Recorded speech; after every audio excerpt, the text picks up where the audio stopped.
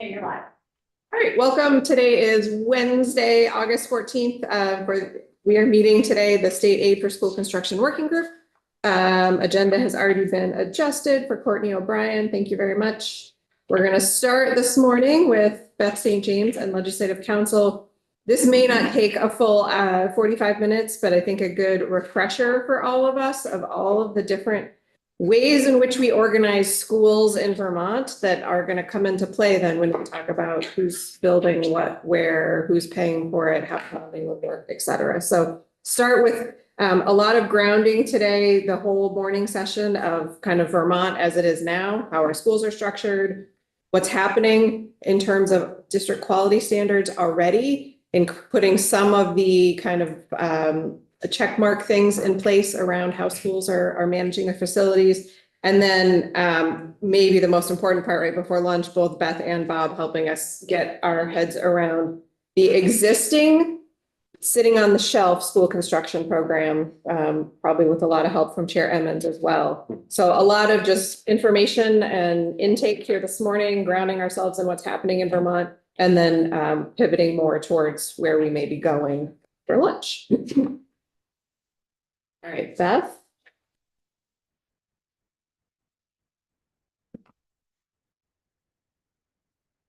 Morning, Beth St. James, Office of Legislative Counsel. I am going to share my screen. Bear with me.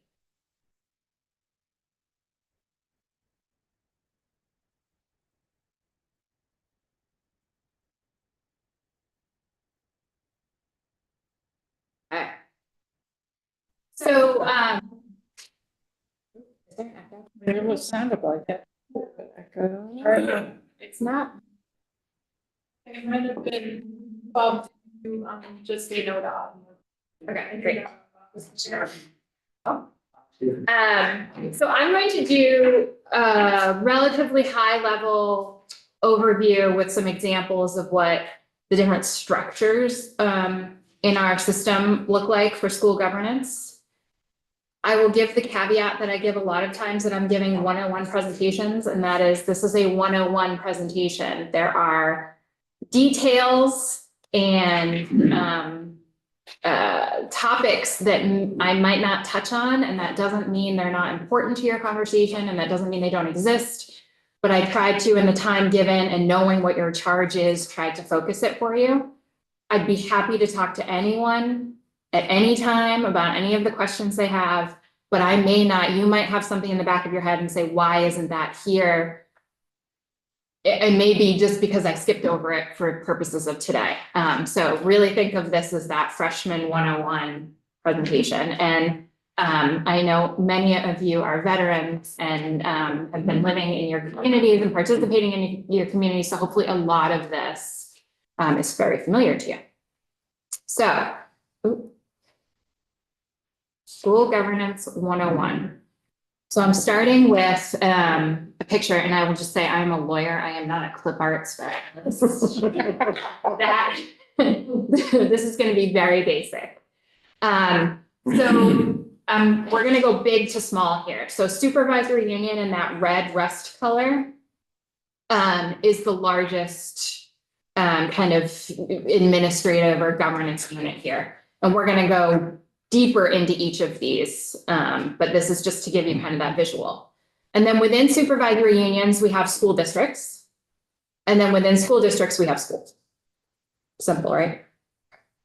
So what are supervisory unions? So supervisory unions are administrative, planning, and educational service units created by the state board. So these are not municipalities. Supervisory unions do not have taxing capacity in the same way that a school district does. That term administrative, I think, is the key term when it comes to a supervisory union. They are providing, you'll see at the bottom of the slide here, I listed out a sampling of some of the services and duties that they provide. But they are not municipalities. And I think that is important for your purview here. So supervisory unions can be made up of multiple school districts. I like to think of it as serving multiple school districts. Or they can be made up of one school district. And all supervisory unions are created by the state board. The state board has ultimate authority on what the boundaries look like. There are mechanisms in the law that we're not going to go into today that allow for school districts to approach the state board and say, hey, we think that these boundaries need to be adjusted, but ultimately it is a state board decision. So you can see on the left-hand side there, it's just a visual representation of what a supervisory union would look like with multiple school districts. Remember, those blue squares represent school districts. And on the right-hand side, one supervisory union, one school district, there's one square there, so we're going to call that a supervisory district. For all intents and purposes, the term supervisory union includes the term supervisory district unless the context says otherwise. So for the purposes of my presentation today, if I'm using the term supervisory union, you should assume that we are including supervisory districts in there. So some of the duties of a supervisory union board, and I should say that everywhere you see something underlined in this presentation is a hot link. So if you click on that, anything that's underlined, it will take you to either a report or in this case, 16 VSA 26A. So what do supervisory unions do? They establish supervisory union-wide curriculum. So you will often see an SU has a curriculum director. They are also responsible, I didn't get into this detail, but they're also responsible for helping school districts implement those curriculums. They receive and disperse federal and state funds distributed by AOE. They're the lead for professional development for all of the teachers and staff. They provide special education services. So when we're talking about special ed, and special ed has a lot of federal law overlay, we're talking about a supervisory union responsibility. They also do a lot of the business services that we think of. So procurement, management of construction projects. They're also the lead negotiator for teacher contracts, even though teachers are employees of the school districts, and transportation. So there's more. Supervisory unions do more, but I try to put some of the kind of broader topics that you might kind of come up in conversation. Any questions before we move on to school districts? I do, thank you. I'd like to refer to all these folks in there as old school because they know all about the schools and so on and so forth. But I do have a few questions in reference to, this is what I'm hearing from my constituents. And I'll try to sum it up briefly is supervisory unions. I believe we have 63 or 64 districts, unions, whatever, throughout the state, somewhere ballpark within there. So what is the formula that's used to establish these unions, such as redistricting for legislators and senators and so on and so forth? What are they, is it based on population? Is it based on size? How do they come up with those numbers? That would be a great question for the state board, because the state board, so this is a completely separate process and calculation from what you're thinking of as redistricting for the legislature.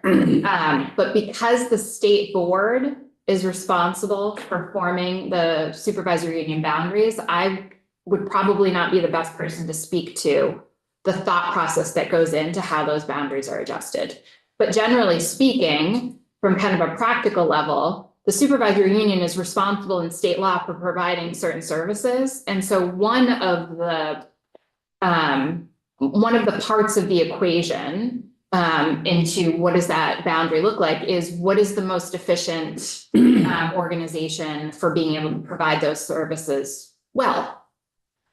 That's going to vary, my guess is, but I think the state board would be the best to answer that question. So then quite possibly my follow-up on questions 2A and B as to what's the total number of employees within the union and the total cost for the state for those unions statewide when we're looking at cost affiliations as far as schools and so on and so forth. So that'd be for them also, I take it. So you have it, well, I am certainly not the numbers gal.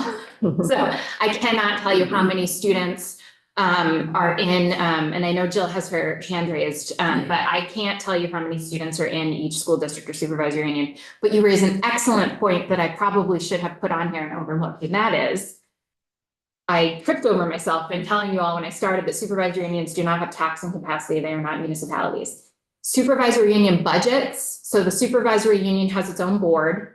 It's made up of school board members from each of the school districts. So for the example on the left there, all three of those school districts would have folks from their school board, sitting on the supervisory union board, who's the manager, right? The legislative body of that, or the managing body of that organization.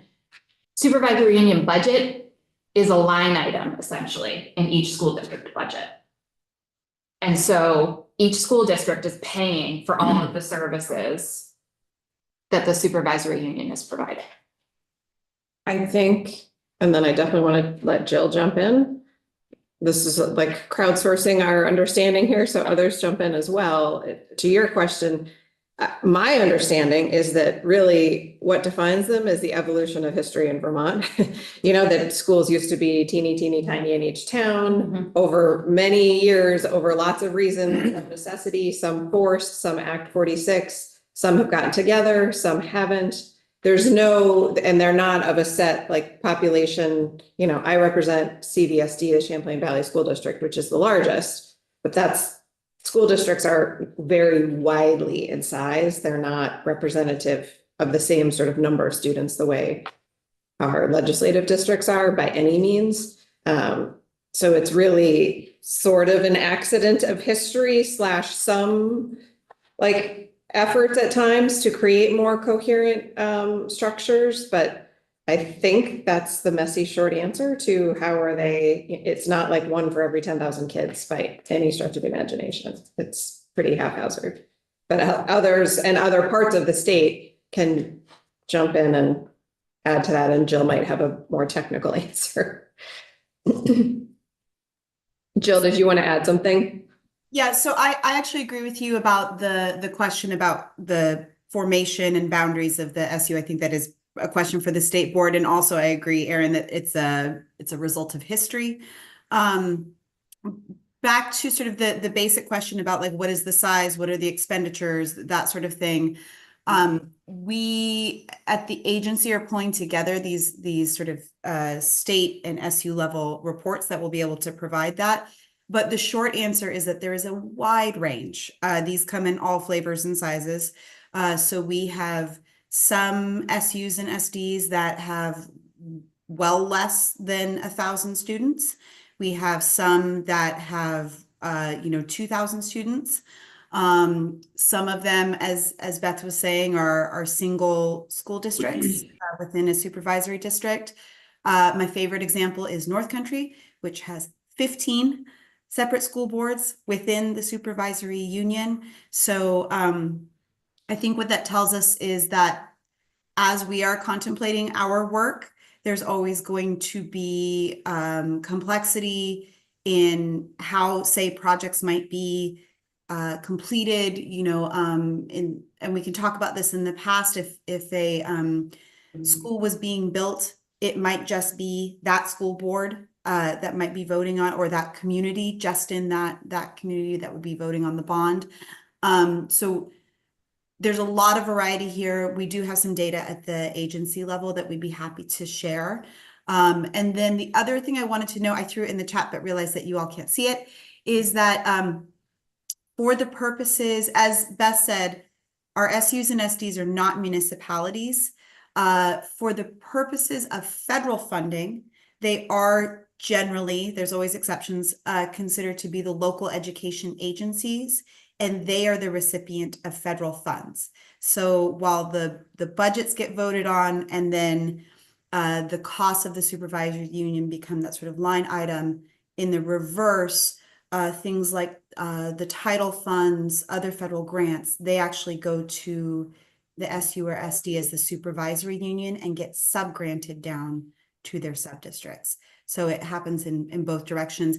That's important for us to think about if we're having the conversation about who accesses federal funds and federal grants. It's going to be the SU and SD. I think that's it. It's always more complex, but Thank you. Yeah. the only points I want to make.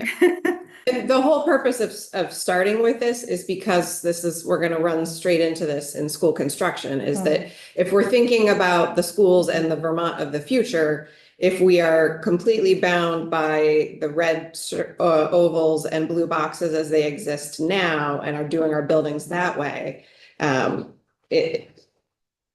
editorializing, that is not, that's not going to be financially viable. And that's not really, a smart way for us to be investing as a state for the population going forward. But we do have this pretty complex structure that's kind of a messy result of history. And so this is a big rub we're going to run into. And we are going to, I think, continually be asking, how could we not be completely bound by these when we're thinking particularly about some of our biggest new investments? In some cases, it might work fine in the existing boundaries. In some cases, that really might not make sense. And if everybody keeps doing their own, as we're seeing in the ed fund and school budgets, we're probably not going to be, we're on this trajectory that's unsustainable.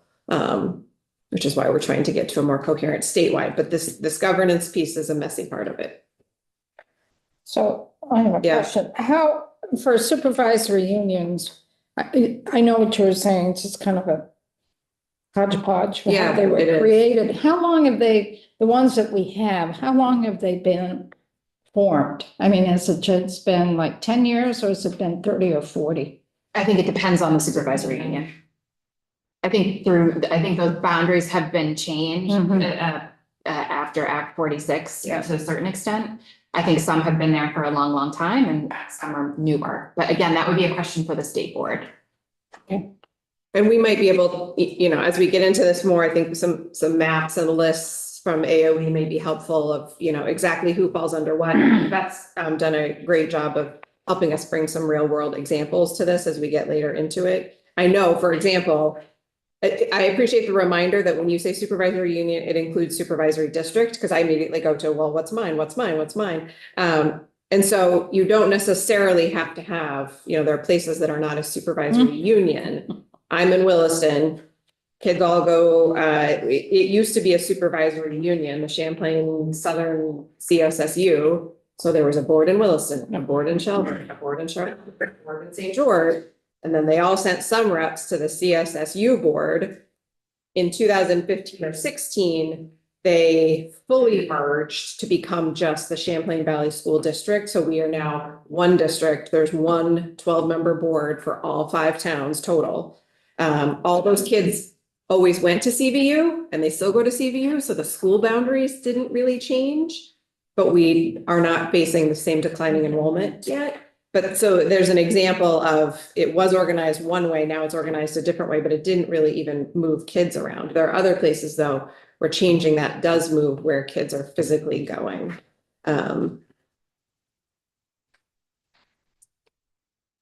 Let's keep going because I think there is a piece of law at the very end of this that you all are going to be very interested in. So let's keep going. Okay, so supervisory unions, and we talked about how the supervisory union board is made up of members of each school district's board. A supervisory district board and a school district board are essentially one and the same. So you will often hear folks in a supervisory district just referring to the school board. It's likely that the boards are serving the same purposes. Also, when you hear folks just out in the field talking about supervisory unions, you'll often hear it referred to as central office. So if you hear a witness talking about central office, they're most likely talking about supervisory. Okay. School districts. So remember, school districts are those blue blocks. School districts are town school districts, union school districts, interstate school districts, city school districts, unified union school districts, and incorporated school districts, each of which is governed by a publicly elected board. That is the definition in Title 16 school district. There are many different types of school districts, as you can see from that definition. Here are kind of 3 things you are looking at to figure out what kind of school district you're dealing with. So there are several different types of school districts dependent on, and the first is the number of towns the school district serves. Does it serve one town? In which case it's likely to be a town school district, right? Like Burlington, right? Incorporated school districts may also serve a town. They may serve part of a town. An incorporated school district was formed by a charter at some point. There's a whole appendix to Title 16 that contains all of our educational charters. And many of those are out of date at this point. But if you are looking for a school district charter, an incorporated school district charter, that's where you would look for it. But I think for general purposes, when we all are talking, we're most likely going to be talking about town school districts, which is one town, or union school districts, which serve multiple towns. And the thing to remember about a union school district is it is its own municipality. So a union school district is going to be serving or made up of multiple towns. But for school purposes, for school budget purposes, for voting on the school board, for anything that has to do with school districts, all of those towns cease to exist and it is just the school district. So if you want to if you're really interested in knowing more about union school districts, we can talk about commingling of ballots and what that looks like, et cetera. But for today's purposes, I thought I would skip right over that and just really focus on one town school district. If a school district is serving multiple towns, it is a union school district. And then you'll see that there's even levels to that as we keep going. Okay, ready? Yeah, so a union school district could bond. Oh, yes, Mhm. a union school, Supervisory union cannot bond. correct. Correct. Right, because there's no one to tax in a supervisory union. It's the school districts. So what if you have a school district, one town? That school district, one town has the ability to bond. Yeah. Or Burlington. Yes, yes, Yeah. Springfield. yes, yes. And I will just again caveat this with, I am your Title 16 expert. I am not your capital expert. I am not your finance expert. And I am sorry for that. No, it's smart. I think when we get into those discussions of the finances and the bonding, we will hopefully be looking to the treasurer's office and JFO, and I will be pulling on my colleagues' expertise as well. You lost the person who used to do this last year. Okay, so we've got if a school district serves one town, it's likely a town school district. It could be a couple other things, but let's just say town school district. If it serves multiple, it's a union school district. Well, what grades? So the next question we're going to ask is, what grades is the school district organized to provide education for? Each school district does not automatically have to provide pre-K through 12. There are some caveats in the law. If you, for example, if you provide K through or pre-K through 8, you are also have to make sure that your kiddos also have a high school education too. So you have to provide for that as well. But for this purposes of this conversation, that 101 level, a school district can be organized to provide for education in less than all grades. So if a school district serves multiple towns, we know it's a union school district. And if it is organized to provide all grades, pre-K through 12, then it is a unified union school district. If a school district serves multiple towns, but it provides education for less than all the grades, then it's either a union elementary or a union high school, depending on the grades they are organized to provide education for. Is there a breakdown somewhere of how Vermont lands with all these different types of? Local control. Oh, that's a great question. I don't know. I think that would be a great question for AOE. Yeah. I don't know. You mean, Some kind of a map or just even a graph that shows, I mean, because there's so many. are you different talking about options. within Vermont itself or nationally? Within Vermont itself, Oh. like how many of the unions, how many of just districts, how many? Yeah, I think, Jill, do you have a map? I was going to ask that. I don't know if we have a map, but I think we've got a table. Okay, something that actually outlines it a little bit more as Yeah. we're looking at. See it visually. Yeah. You know, what just really strikes me in this, I mean, I come from a very isolated little town. We're one district, and to hear all the different combinations. Who developed this system? Number one, it's You a all mess. did. What really strikes me is attempts to really consolidate some of our schools or school boards or towns but we want to keep local control. So we come up with this mismatch of districts, union districts, unified districts, supervisory. It's a mess, all to keep local control. That's what it feels like from an outsider looking in. I'm not familiar with the nuance of education and all of that, but to look at this, thinking we've just turned ourselves into a pretzel. Yeah. To provide local control. That's what we've done. And we have That's to bad. remember, we will intersect with them. That's in Right. many reasons why the Commission on the Future of Public Education is existing, and their work is so vast and their charge is so big, is because we're in this pretzel, and we're in this pretzel of one statewide pot of money for Yeah. education, where it all gets, sugared out in Montpelier. But this extraordinary amount of ability to make your own pretzel any size and shape you want. Yeah. And the conflict between those two that has been rubbing up against for a long time, but given a lot of factors now, just financially is reaching an inflection point, to put it kindly. Like we have to perhaps figure out a way to untangle some things.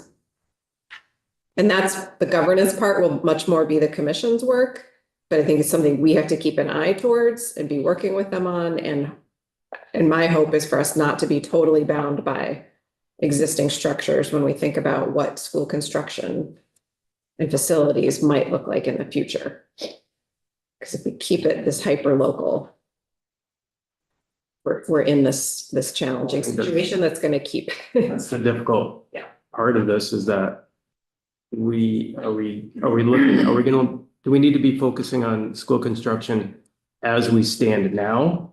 Or do we need to be focusing on school construction on what we might be, which is what the other commission is Right. looking at. So it's really hard to kind of wrap my head around where we need to be moving forward with this, so.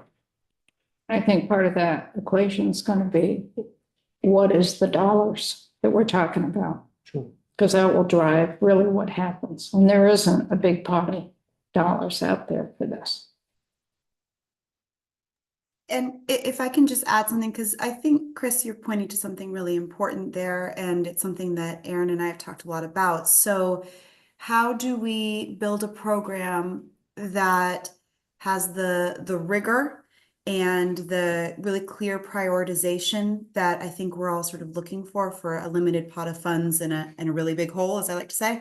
But also we don't box ourselves into a corner. It needs to be flexible enough to adapt to where we may be heading.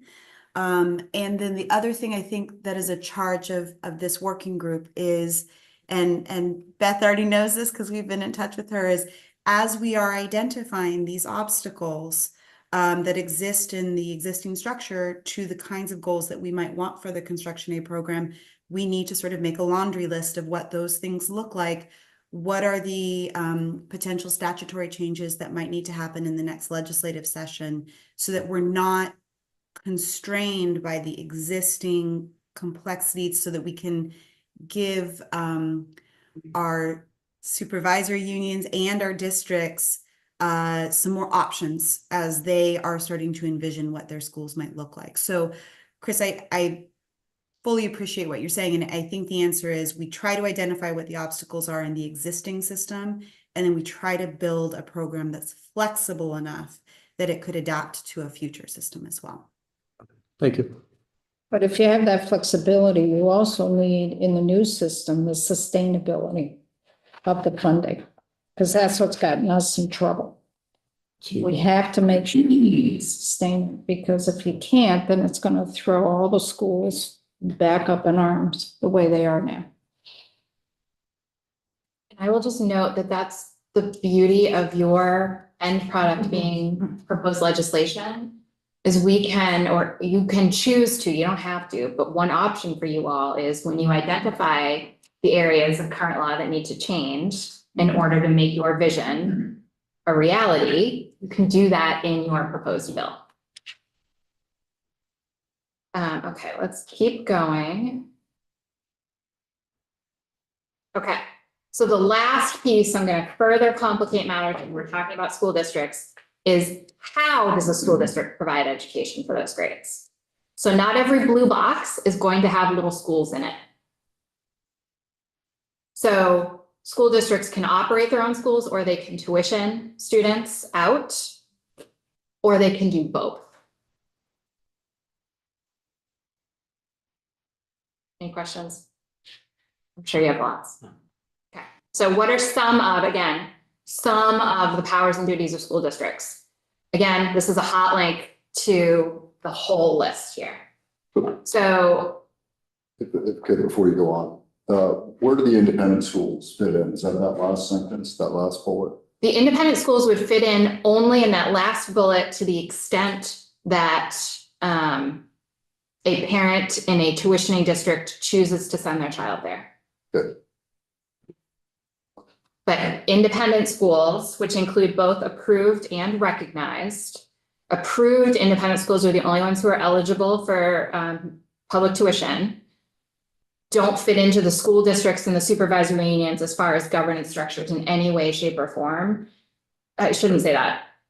They don't fit into those. It gets further complicated when we're talking about things like school food programs, some federal funding, et cetera. But for the purposes of how is a public school district organized and the governance of public school districts, independent schools have their own governing models, right? Their board of trustees, their, whatever. But do they also have like a district? No, No, good. again, no. However, there are some programs where a independent school may be not a part of, but fall under. So for example, school food programs. Supervisory unions are usually our school food authority, and there are some independent schools that participate under that school food authority. And so they are not a part of the supervisory union, but for school food programs, for federal funding, that kind of flows through the supervisory union. There's also some federal funds that go to independent schools, and I believe that those would flow through supervisory union, just like federal funds for the school districts would flow through the supervisory union. And I'm sure that there's more. But when we're talking about strictly governance of who's in charge of setting the agendas and the goals of the school and providing services for the school, it's the independent schools are not a part of these systems. Thought corrections was difficult. So again, this is just, I'm gonna breeze through this. These are just some of the responsibilities of school districts. So they're setting the educational policies. And I think that this is important to think about when you're looking at those pictures. And I have some pretty good examples, for you coming up of how this plays out in real life. Remember, supervisory unions are setting SU-wide curriculum, but each individual school district is responsible for setting the educational policy of the school district. What does that mean, right? It means that within the same supervisory union, theoretically, whether or not this happens in real life, legally, theoretically, it could be that the educational policies of the school districts are very different. So for example, cell phones.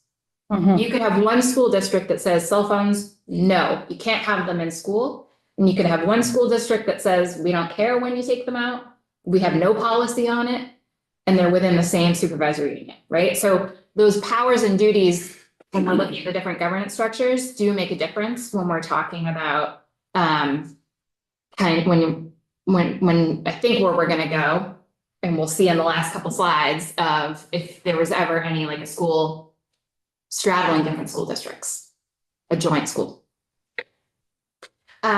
So a school district may take any action required for the sound administration of the school district, possession, care, control, and management of the property of the school district, keeping school buildings and grounds in good repair, early ed programs, may relocate or discontinue use of the schoolhouse or facility subject to applicable law. We're not even going to get into what that means. Budgeting, may execute contracts, and may, again, shall exercise the general powers given to a legislative branch of the municipality. So school districts in Vermont are considered municipalities. How is school construction decided on within these, like within the union? Is it a union decision? Is it a school district decision? Is it, So if we're talking about supervisory unions. right? It would be a school district decision, but there can be union school districts, right? So using that term union, we can get a little Yeah, all right, dangerous yeah, here. absolutely. But within this, if it's a union school district and the union school district serves 5 towns, it's not those individual 5 towns making individual decisions. It is the school district itself. Now, it could be because of our long history of local control, that there's a pocket within those school districts where the voting, with the votes so outweigh everything else, all of the other votes in the school district, that it, sways things. But in general, it's the school district itself. Does that make sense? Kind of. For the most part. For the most part. Okay, so here's just some visuals for union school districts. You can see over here on the left, under a union elementary or a union high school district. Remember, these are school districts, union school districts are operating or are serving, are made up of multiple towns, and they're serving less than, they're organized to provide less than all grades. So in green, you have town school district A operates grades pre-K through 6 in town A. Town school district B, same thing. Town school district C, same thing. And then they're all going to send their kids to a whole new school district, Union School District D, and they operate school grades 7 through 12, but the building is located in town C. And then on the right, there's an example of a unified union school district. If you just think of that whole rectangle as the school district, the schools are just positioned in the towns in which they are located in. And then those dotted lines are just representing that there's different towns, but they all make up that school district. What does that look like in real life? So Franklin Northeast Supervisory Union. It's a supervisory union because it serves more than one school district, right? It's not a supervisory district. So we can see there's 2 blue boxes, there's 2 school districts. So the red oval is the supervisory union, and then each blue box, you've got Northern Mountain Valley UUSD and Enosburg Richford UUSD. UUSD, Unified Union School District. What does that tell us? Unified tells us it serves pre-K through 12, and Union tells us the school district serves more than one town, or is made up of more than one town. And in this particular school district, that's the towns of Bakersfield, Berkshire, Montgomery, and Sheldon. And then I put the school here. So Bakersfield Elementary and Middle School serves pre-K through 8, Bakersfield Elementary, or Berkshire Elementary pre-K through 8, Montgomery Elementary pre-K through 8, Sheldon Elementary pre-K through 8. So those school buildings are located in different towns, but they are also located in the same school district. Because the school district, for school district purposes, is made up of those towns. You'll notice that none of those schools serves grades 9 through 12. This school district tuitions its students in 9 through 12, which means that parents in this district can choose to send their children anywhere they want, as long as the school qualifies for as an approved independent school or another public school. So this box that we're in is one school board right now? This blue box on the Yeah. left, that's one One board. school board. And then on the right, there's another school board, and then they are gonna send school board members up to Franklin Northeast Supervisory Union to sit on the union school board. Or the supervisory union. So you got 2 school boards. Correct. And a One supervisory union. Something. So I appreciate the fact that you pulled up my, She pulled some of ours on purpose. make it easier for me to understand. So just going back to Chris's question here, and looking at the Montgomery Sheldon, for taxation purposes, let's just say Sheldon Elementary wants to add a wing on. And the district, the school district says they pass it. Mhm. Do the other 3 communities have to contribute tax dollars toward that wing? Oh boy, there's so many layers to that question. So for the purposes of let's say the vote to approve, let's start at the basic level, the vote to approve whatever change that is. Those other towns don't exist. It is one school district. It's the voters of the school district that are doing those votes. Which school is it? We're talking about Northern Mountain Valley, I think. So it's the voters of those 4 towns? That's where they live in a zip code. And for your purposes as legislators, right, who you serve, who your constituents are. But for the school district purposes, those towns don't exist. It is one school district. Think of it as like each of those towns, and then there's a blanket on top of them, Mhm. and that blanket is the school district. And that is a whole separate municipality. So to get to your who votes on whether, say Berkshire? Everyone, Elementary- every member of that school district. Okay, so those 4 towns have to vote on whether or not to go out to bond Yes. for a construction Yeah. project in the Berkshire Elementary School. Now, where's that money coming from? It's coming from everyone. That's why I said there's a lot to that question, right? Because it's all coming out of the ed fund theoretically. So with the old system that we had, where there was some state aid coming in, it still had those other communities, those other towns paying their share. If it was a school, yes, I don't think that I don't think has changed at all. And you'll see that you'll see that in when Bob and I move to the next phase of 101 for you all today.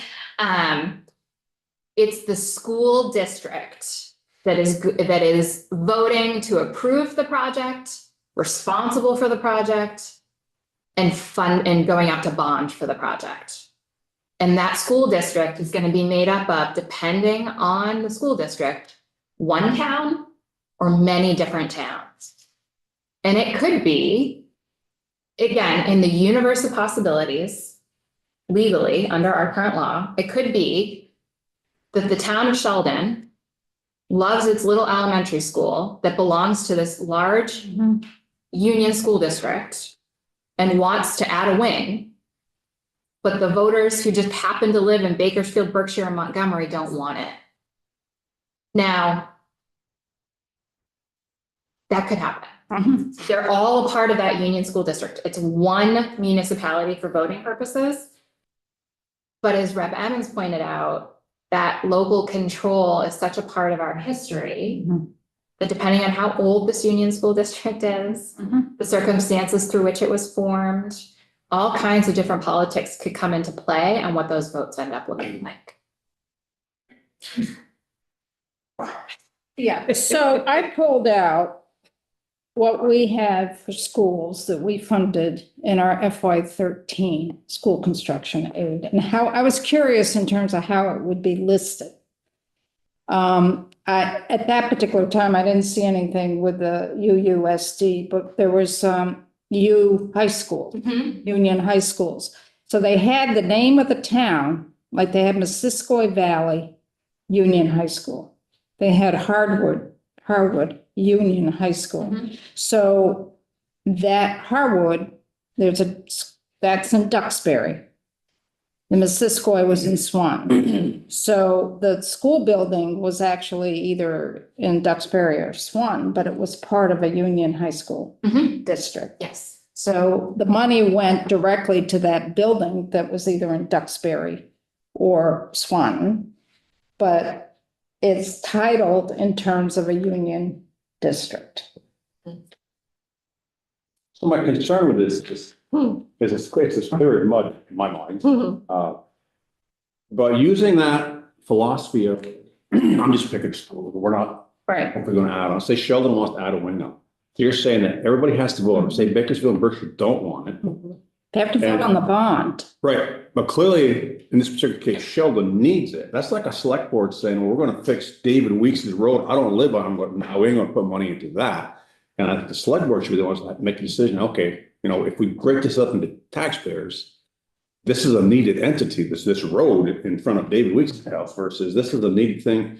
I think that could be a bit of a flaw there as far as you look. Because they did it, we had a system where we had a lunch provider. And Sheldon said, no, we're good at the lunch provider, and the other schools voted it out of our school. I mean, it's, I'm not quite sure, that's a good system, but I So don't know. some of the ways some of the areas where that touches on are just local elections, right? If, let's say that happens where an entire, there's a bond put to the voters and it's clear that maybe one part of a school district was more in favor in it than others.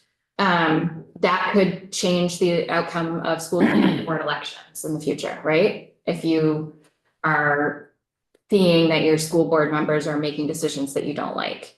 There are ways in the law for communities to withdraw from union school districts. It's very difficult. It's time consuming and it ultimately requires some approval on the state level in certain ways.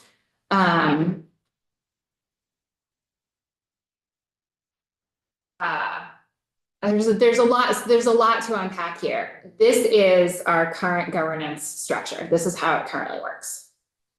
And what we're talking about is school district governance. We're not talking about a construction project, right?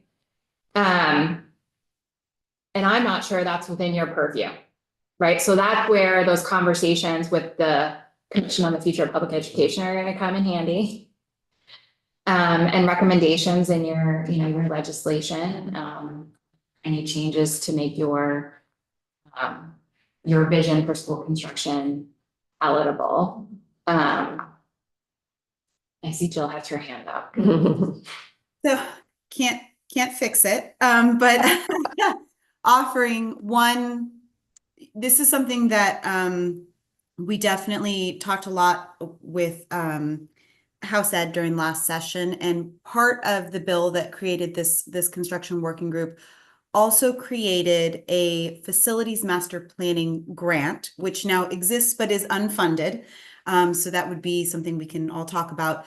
But one of the things that we were talking about is part of this problem that you're pointing to. And the idea of making one of the conditions of eligibility for a future state construction aid program being the completion of we said supervisory union level master planning grant or a master planning plan. And the idea would be that before a supervisory union or a school district, we are going to talk about that in our conversations here, ever requested funding from the state for state construction aid, they would have to show the construction program that they weren't just looking at one school, right? Sheldon needs a new wing, but that they had looked at this landscape that we just saw in Franklin Northeast and had a real conversation about what is sort of the future state of education. They've looked at enrollment trends. They've looked at the educational services that they need and want to provide. They've had a really comprehensive conversation, and they've looked at sort of the state of each of their school facilities. Is one of them so far past sort of its remaining useful life that it doesn't make sense to invest in that school at this point, but maybe you start to look at doing a bigger renovation and, bringing more students in there. Whatever those conversations are, we would want them to have had those conversations, because at that point, our sort of theory of action was that they are more likely to be able to pass a bond at the local level if they've had a comprehensive conversation and there is community buy-in for the project, because that's a critical failure point. You're absolutely pointing to something that we've seen bonds go down over and over and over again.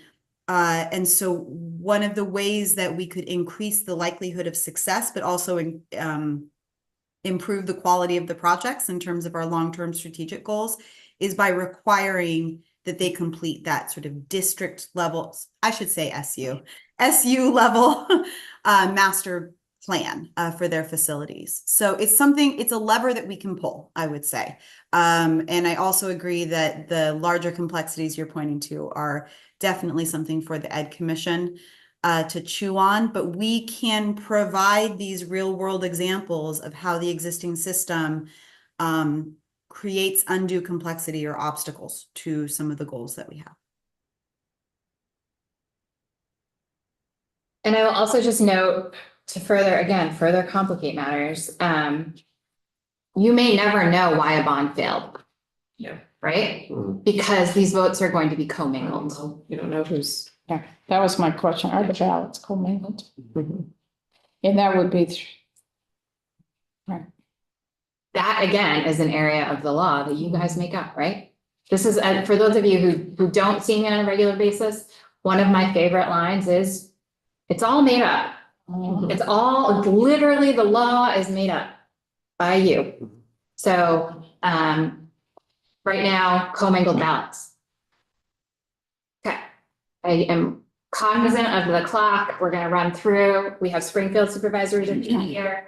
Very easy examples. Skip the break or move it a little bit so that Courtney from AOE, who's Okay. double booked here, can jump in shortly. Okay, Thank you. so one supervisory district serving one school district. All of those buildings, those little icons there are in one town, one board for both entities. You can see they have brick and mortar schools. I don't know what 305 means. So that was clearly a typo there under Union Street School. But you can see they are organized to serve all grades, and they have brick and mortar schools for all grades. They are not tuitioning. that's 3 to 5. 3 to 5, there we go. 3 to 5. Again, cognizant of time, I tried to find an example of perhaps one of the most complicated in the state, so you can just see Yeah. that it really does get complicated here. So this is Southwest Vermont Supervisory Union. There are 5 school districts that this supervisory union serves. There are several different types of school districts. So you've got Southwest Vermont Union Elementary School District, which serves the towns of Pownell, Shaftesbury, Woodford, and Bennington. There are schools in pre-K through 6 in Shaftesbury Elementary, Woodford Hollow Elementary, and Pownell Elementary. And then Bennington is pre-K through 5. And they have their own schools in that town. They're all part of that Union Elementary School District. Then Mount Anthony School District, Union School District, is a high school union school district, right? They're only providing middle and high school for those same towns for that Union Elementary School, Pownell, Woodford, Shaftesbury, with an addition of North Bennington. North Bennington is its own school district. It is non-operational, meaning it does not have brick and mortar schools, and it is only organized to provide pre-K through 6, and they tuition their students. It's an interesting example if you're interested in learning about that. I'm happy to chat offline about that. Arlington School District, town school district, serves all grades through Fisher Elementary and Arlington Memorial High School. Sandgate School District, also a town school district, operates no schools. They tuition all of their students pre-K through 12. All of those school districts are served by that one supervisory union. We could probably spend a lot of time on this, cognizant of time. A mess. And then, But again, as we think about kind of where we're going in this, I think to me, this illustrates why we are hopefully moving in a direction of a more statewide organized construction program that is not just that has statewide priorities and a statewide vision and direction, and perhaps some more centralized control over it. Because if you think about all of these, how many different boards you have operating here? These are volunteer school board members that are turning over every 2, 3, 4 years. Like if they're all making all these facilities decisions at the hyper local level based on, and there's a lot to be gained at being at the local level and understanding the context, but that to me, that there's the rub of how we get to where we're using our statewide dollars and a sort of statewide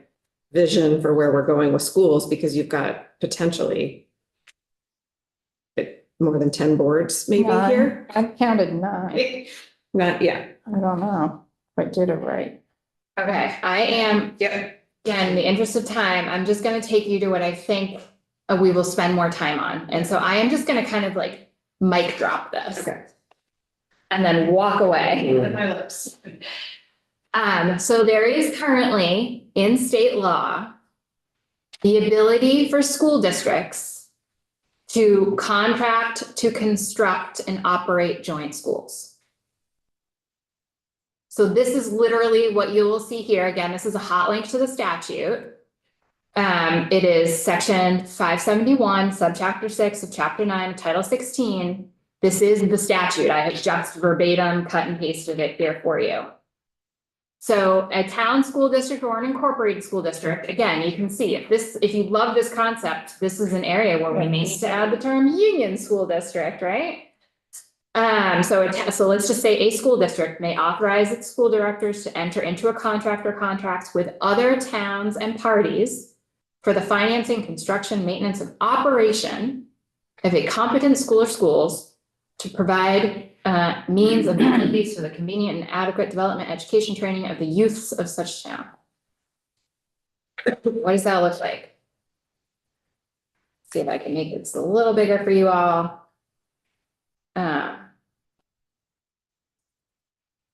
So joint boards. So if school districts wanted to do this, they would be forming a joint board. So the control of joint contract or consolidated schools set up by 2 or more school districts shall be vested in a joint school board for the forming school districts.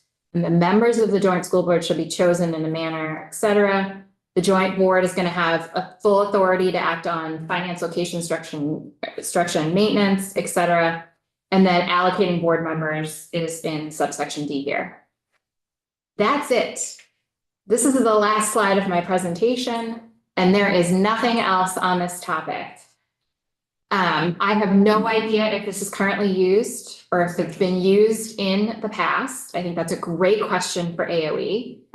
But I just wanted to point out that this piece of law exists to allow school districts to operate and construct schools that may straddle school districts, that may serve kiddos in different school districts. Those examples we looked at before. Oops, this does not work.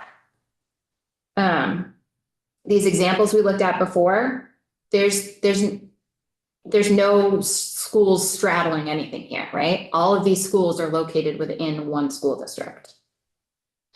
Section 571 and 572 of Title 16 would allow school districts to get together with other school districts without having to form new school districts. When was that put in? When was this? That's a great question. It was moved to this particular chapter in 2021, and because my office is packed up, I don't have access to my dream books, but let me find that for you.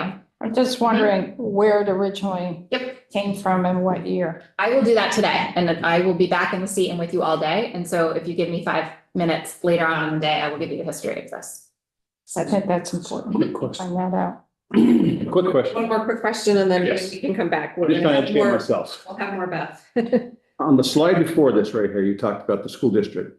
This one? Yes. Okay. So the non-operational districts, just from my own personal Yeah. knowledge, are they eligible for bonding or to apply it toward or to partner with one of those that they send their children to? So there's, being non-operational does not limit your bonding ability, right? I think it would be a practical matter of what are you bonding for if you're not operating a brick and mortar school? But a non-operational school district could become an operational school district at any time, in which case they would likely need to bond to build that school. They would theoretically, depending on the type of school district they are, under current state law, be able to get together with another school district, and instead of being a non-operational school district, maybe they become operational, but they are building a school with another school district, so they're not the only ones responsible for it. I say, depending on the type of school district they are, because this statute was not updated to include union school districts. So I will look into the history of that, you know, under current state law, I don't know that a union school district would be authorized under this, just from a black letter reading of the law. But again, I have no idea if this is used or when it's been used or how it's been used. It's a great question for AOE. There's a similar provision that allows supervisory unions to develop joint contracts together. And then we have the BOCES bill that you all passed last year that I didn't even add here because there are no BOCES in existence yet, so I didn't want to complicate matters. But supervisory unions and BOCES don't have taxing capacity, so they couldn't go out to bond. It's all the school districts, which is why I focused on those last two. So I will look into the history of those two sections and I'll come back to you today, or I can email you depending on your time. And again, none of this is easy. I'm happy to talk to anyone offline, come back and do this presentation, whatever you need from me. Thank you. Thank you very much. Welcome.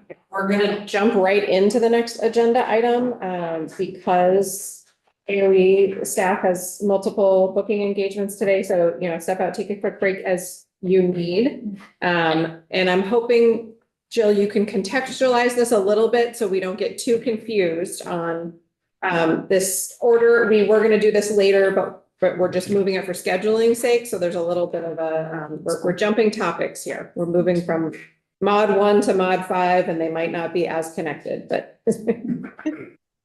Yeah, absolutely. And thank you, Courtney, for joining. I know you're juggling a lot today. So Courtney and Bob are going to be sharing information about the district quality standards. So brief context, and then we can sort of dive in, and please feel free to ask more questions because for some of you, this will be totally new information. So in the past and still today, it's the State Board of Education that creates the education quality standards. But in, Courtney, I want to say 2022, please correct me. The legislature gave the Agency of Education rulemaking authority for the first time in the form of district quality standards. And Courtney's going to talk about sort of the theory of action again there, like what are the goals, what are we aiming for? But I think that at this moment in time, and we can always come back and revisit these, the question came up, and Chris, I think you asked this question last week, you know, what are the levers that we have already and could expand and grow bigger and add more to ensure that we don't get ourselves back into the place that we already are with the condition of our facilities. So that is where the district quality standards come in. And it's, I think I said, I used the phrase stewardship of tax dollars. It's a place where we can attach strings to those state dollars, right? We think about there's eligibility, who gets in the tent to receive the funds, what are our criteria for eligibility, what are our priorities for how funds are distributed, and that's where we have things like maybe bonus initiatives and bonus share, and then we have that sort of oversight and compliance, and those are the strings that you get to attach to these state dollars if we're doing a state construction aid program. One of the places where the agency has already done pretty extensive work is around the district quality standards. Courtney will give an overview. There's more than just facilities in here. So we won't focus on those, but she'll sort of give you a flavor of what those look like. And then Courtney and Bob can share what already exists in terms of the facility standards. So with that, I'll hand it off to Courtney O'Brien. And Court, if you want to introduce yourself to the group, that would be great. Absolutely. Thank you, Jill. Hello, folks. As Jill mentioned, my name is Courtney O'Brien. I'm an operations manager here at the AOE, reporting to Jill and working closely with her team. As Jill mentioned, I have been really the key point of contact on district quality standards since implementation in 2022.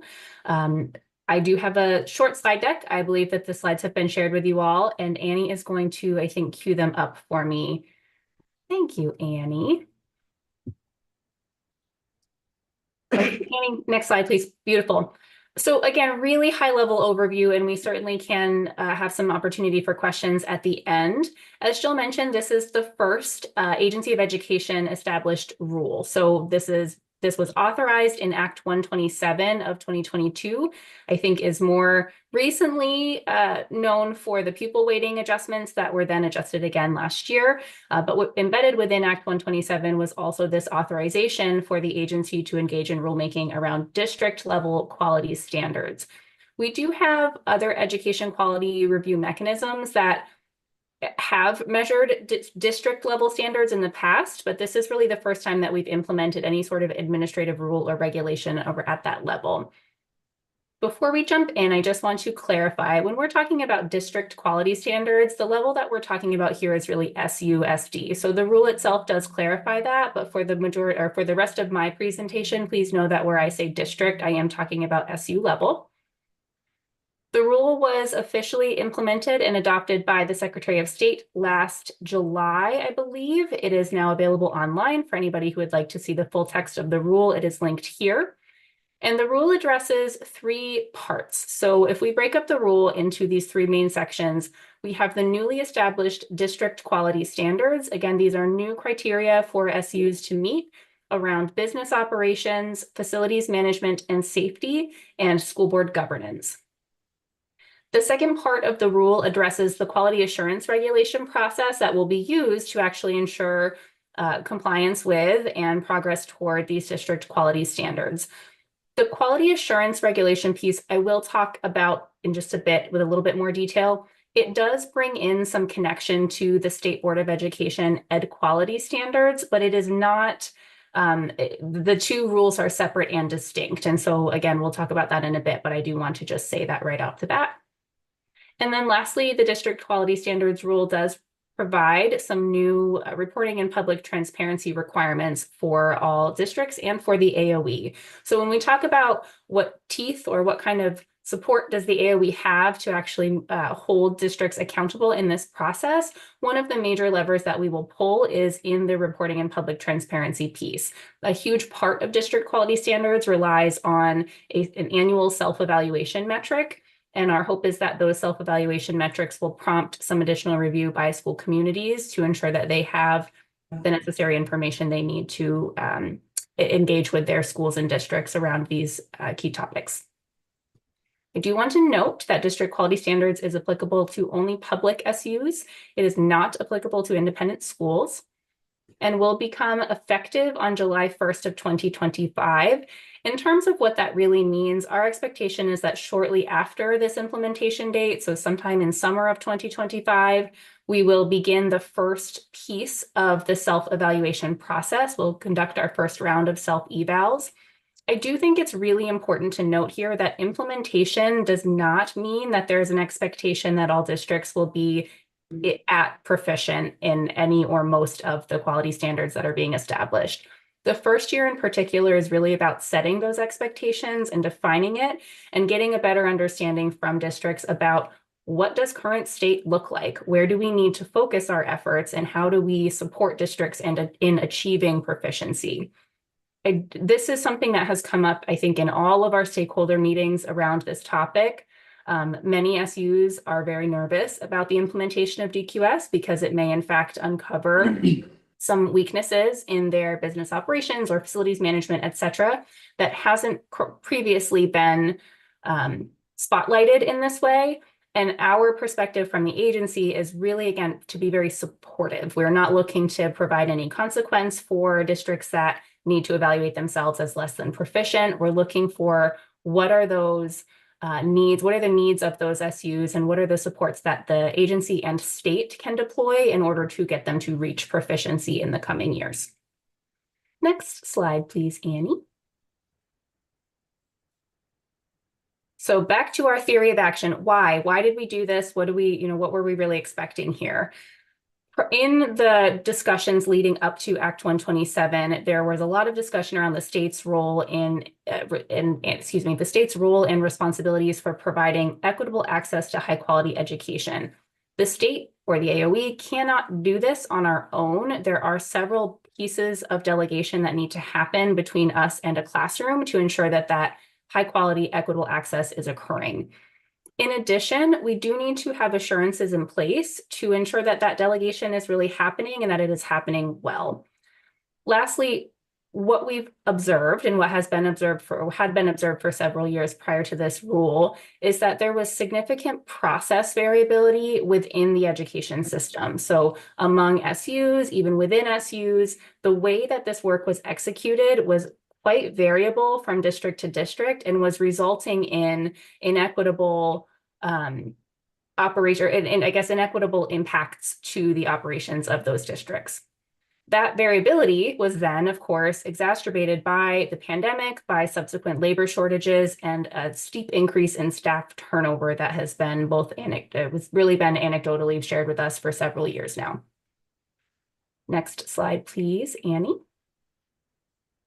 What we expect once district quality standards is implemented and is moving forth with on the cadence that we've established is that we will ultimately see stronger and more consistent district level core processes that can address those persistent quality concerns. So again, we have to set that bar to measure against. What does quality look like?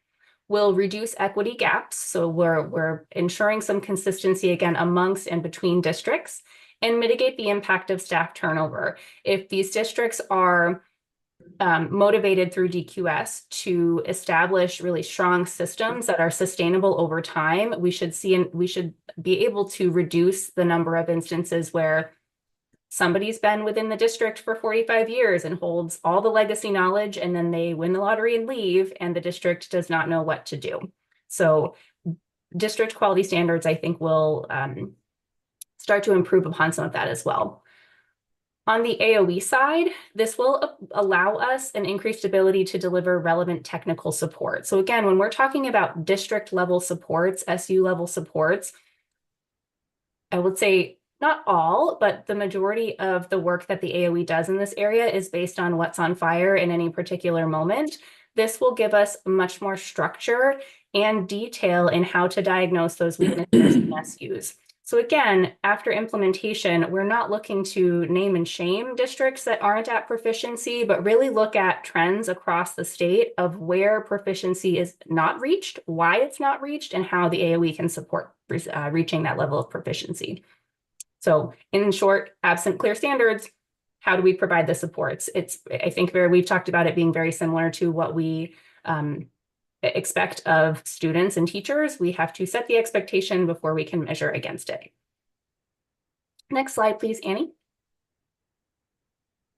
Okay, so into the details of what district quality standards really cover. So again, what are those criteria that we're measuring now, both new and existing?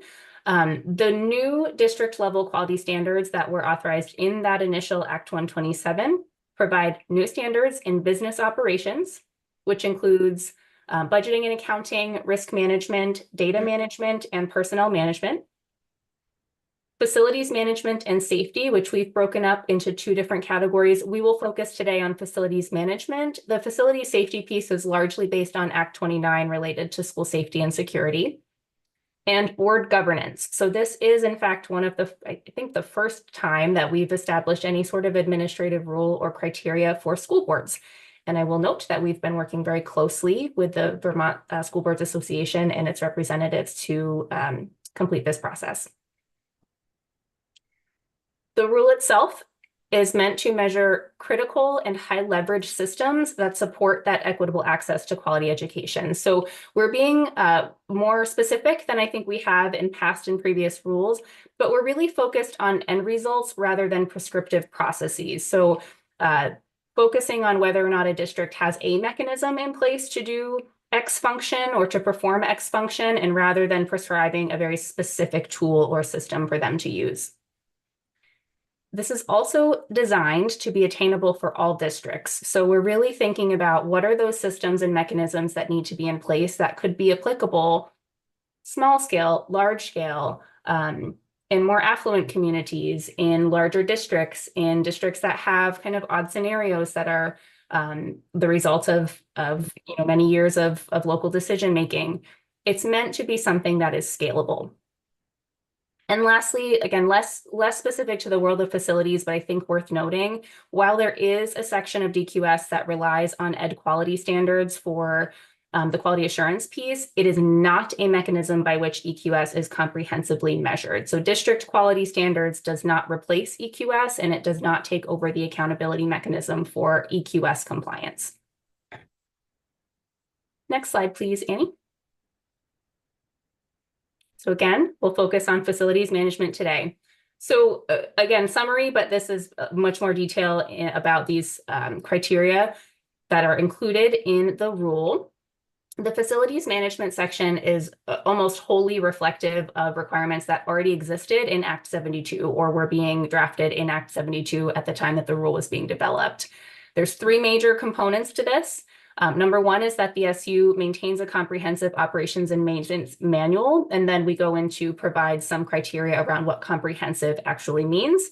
We're talking about clean, well-maintained facilities that allow a good learning environment, regular cleaning and maintenance routines, and then appropriate staff training to maintain that.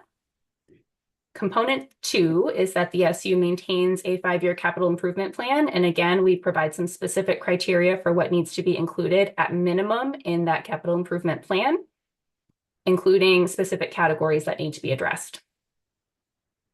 And then lastly, the third component to the facilities management standards are that the SU has a designated qualified person with responsibility for facilities management.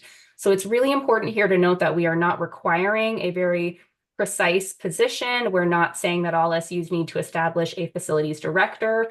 We are saying that they need to designate somebody who has the qualifications and experience to complete all of the work that would be the responsibility of a facilities management designee. Next slide, please, Annie. All right, I would love to give a more in-depth overview of the quality assurance process. So again, how will we actually assure accountability for our districts? I will say this is something that I think is deserving of a larger conversation. We have provided some testimony in the past year around this, and I'd be happy to share a link to that discussion if anybody would like to listen. This is a snapshot, and I'm acknowledging that it's not quite enough time to go into the details of this, but hopefully we'll give folks what they need to understand the process. So district quality standards, how do we assure accountability for folks? Number one, there will be a district self-evaluation annually. So again, all SUs will be required to complete an in-depth self-evaluation.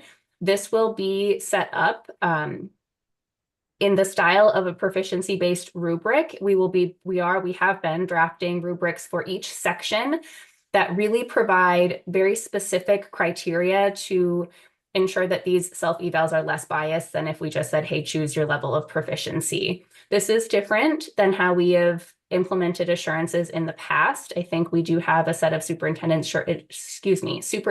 assurances, which require a yes/no response. This is really requiring SUs to think about the very specific examples that they can use to demonstrate proficiency in their work. On a 3-year basis, separate from the self-evaluation, we will select districts for a more intensive intermediate review cycle. The identification of districts to be included in this intensive review is actually not based on self-eval results and is instead based upon state performance and assessment results. So we are in the process right now at the AOE of determining exactly what that methodology is going to look like. But it's important to note here that those new criteria established in the business operations, governance, and facilities management areas will not be the catalyst for districts that are chosen to move forward into that intensive review. The thought process here is, in really high level terms, if it's not broke, we don't need to intervene and fix it. Instead, for those areas, we'll be deploying some intentional technical assistance to those districts that maybe have stronger assessment outcomes, but are showing maybe results of their self-eval that need some help. At the end of the 3-year intermediate review, after review of all of the self-eval criteria and again, some more intensive validation and review with the district, the AOE would provide a recommendation to the state board if there was a need for further intervention. So hypothetically speaking, if we had a district that was showing really poor proficiency in their district quality standards level systems and was showing poor outcomes, they would engage, or we would engage with them in a 3-year cycle of review, provide some very specific recommendations for corrective action. And if those corrective actions were not taken, then we would move forward with the state board to, again, receive some support and some follow-up with them. I do want to note to folks who are not familiar, this provision of the AOE engaging with the state board to establish a corrective action plan pre-existed DQS. So this is actually something that exists in Vermont statute now. DQS creates another link to reach that phase in the quality assurance process. Okay, next slide, please. So really, again, high-level overview of the work that has occurred and is occurring over the next year. We are deep in the stages of refining the self-evaluation rubrics. So again, what is going to be provided to districts to aid them in that self-eval process and ensure the kind of most detailed response that we can get. I believe that you may have received a sample draft of the facilities rubric that's being drafted. Again, I'm going to say draft more times than I should, just to really hammer that point home. But we're refining that now, and we've been working with partners within the field. We've been kind of cross referencing with different educational groups to make sure that we're not missing anything. And we hope to have a more complete product and comprehensive product to share later this fall. Through that process, we're also looking at areas where the AOE needs to develop resources to support districts in reaching proficiency. A non-facilities related example, we have a standard around requirements for timely data submissions. And so one of the projects that we're working on the AOE side is creating a calendar for districts to refer to about when each major data collection is required. We'll do some testing. Make sure that these rubrics are actually something that makes sense for districts. There's a little bit of work to make sure that we are accurately integrating those EQS components into the rubrics as well. Again, there's a major public reporting and transparency piece to this. So we will be establishing a dashboard or some sort of reporting site for those self-eval results. We seek to implement that first self-evaluation just after July 1st of 2025. My best guess is it may occur later in the summer.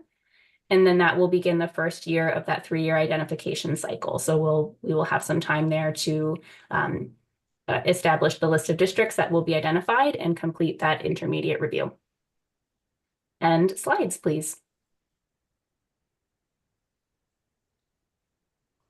Are there any questions? Yeah, thank you. Thank you, Courtney. It's a good brief. I was curious in the, I'm not sure what slide number it is, but district quality standards, the piece that's about new district level standards and governance. I'm wondering if you could just touch on that briefly about what's the goal of the governance piece of district quality standards? It would be the same goal as the main goal of the rule here, which is to establish some consistent and equitable expectations of school boards and how the work that they do is implemented into the work of the SU overall. So that is a space. I apologize. I don't have details in front of me right now to share around like what are those very specific criteria that they're working on. High level, they are standards that have been established around connection to established SUSD goals, to continuous improvement, to establishing consistent processes for the board to follow, very much in line with what we've established for the rest of the rule. Okay, so we've discussed unions, unified unions, districts, et cetera. I'm just curious if the intent here was kind of reading between the lines. Are we trying to create any more efficient school hierarchy or school governance? Was that to anyone's background the intent, or? My quick read of it, just looking at the actual rules document, which I can help people navigate how it got there. It's things like The school board members will all have an understanding of the contract that they have approved for staff. School board members will be regularly reviewing policies and updating. So my read is it's more about good governance within the structures, agnostic of perhaps a changing governance structure. Good. Does that Good. sound right, Jill? Yeah, and yeah, Courtney, you weren't here for our Beth gave us the primer on school governance structure, so all of our heads are spinning as they always are. So yes, that's a fair assessment. It is agnostic of what those structures are. It is an acknowledgement, I think, Erin, of what you pointed to earlier, which is these are volunteers with varying levels of experience or background in the education system. And so it's trying to identify those high leverage activities that would ensure that all school boards are meeting standards of professionalism. And then those sort of advanced proficiencies is moving our boards towards from professionalism to effectiveness, right? Which are really two different things. Are you doing the things that are following all of your required rules and those roles and responsibilities that Beth pointed to? That's sort of proficient. Are you doing the things that are going to effectively drive really student outcomes, right? Is sort of our goal here. And what are those activities? And so we've been working with the VSBA and then also school boards throughout this process, and they are working really closely with us to draft those. And I'll also note that we had not mirrored, but based a lot of our governance work on an existing model that existed in the state of North Dakota. So the state of North Dakota had done a lot of work in the years just prior to DQS, specific to governance. And it was exactly that concept of kind of improving the professionalism and then optimization of school boards and what, defining what is good governance. I will reiterate that DQS, one of the founding principles of DQS as we built this rule was to ensure that it is scalable. So all of the criteria that we have established around board governance or facilities or data, insert XYZ standard, we're really establishing that with the idea that the language should still prevail regardless of the scale and size of the system that we're working with. Question about, and I might have totally misread this or misunderstood this, but there was something on there about a 3-year kind of more intensive look into, is that going to be like a rolling through all the districts or the unions, or is that just a district that's been identified through their self-evaluation as needing maybe some help? Is it self-identified and then we do a deeper dive, or is it just going to roll through all?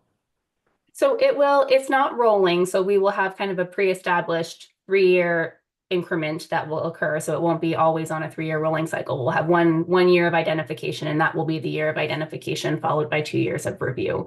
That process is actually triggered, or the catalyst for that process is not the self-evals. It is a review of outcomes, of assessment outcomes of that district. If the district is not showing less than satisfactory outcomes, we would not subject them to that intensive review. If the district is showing outcomes that are in need of some support or are less than satisfactory from whatever metric we establish there, the AOE would then take a deeper look at all of the criteria involved here. So the EQS, the facilities, the governance, right? And we would take a much more intensive look at what is potentially driving that I'll say unsatisfactory, for lack of a better word, performance outcome that we're seeing. Okay, so that could be student outcome, that could be triggered by proficiency in literacy, that could be triggered by different things. Okay, thank you. Yep, and our team's working on that right now on exactly what will be the metric, right? Like what are we going to look at that will actually, which assessment data will we look at that will actually establish that? But we think we're getting close to an answer and should have a more specific method to share later this fall. Okay. Thank you. Thank you so much, Courtney. Oh, sorry, go ahead. Did you have something, Jill? Nope. Oh, Courtney. I have to depart. Apologies. If there are other questions, please feel free to connect through Jill. Thanks, everyone. Thank you.